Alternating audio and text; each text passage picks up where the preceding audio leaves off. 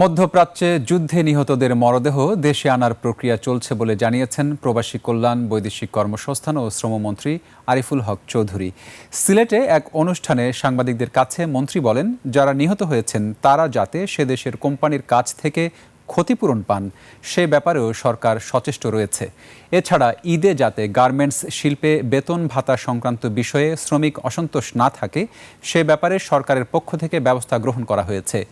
এদিকে অন্য এক অনুষ্ঠানে যোগ দিয়ে পাট, বস্ত্র ও বাণিজ্য মন্ত্রী খন্দকার আব্দুল মুক্তাদির আমদানি নির্ভর পণ্যে যাতে কোনো চাপ না পড়ে সেজন্য সবাইকে সাশ্রয়ী হওয়ার আহ্বান জানিয়েছেন।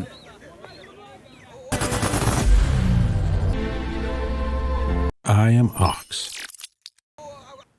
সৌদি আরবে আমাদের 4 জন মৃতদেহ, এর মধ্যে একজন তো এখানে, আরো 3 জন। এই 3 জনে আনতে আমাদের ওই দেশের যে নিয়ম বা রুলস, এগুলা প্রসিজিওর ফলো করে আমরা যথারীতি সময়ে আমরা ইনশাআল্লাহ আমরা নিয়ে আসবো। জ্বালানি ব্যবহারে সাশ্রয়ী হব, কারণ আগামী দিনে বিরূপ পরিস্থিতি হতে পারে। আমরা যেন অপ্রয়োজনীয় খরচ না করি, আমরা যেন সংযতভাবে খরচ করি, যাতে আমদানির বাড়তি চাপটা দেশ এবং জাতি অনুভব না করে।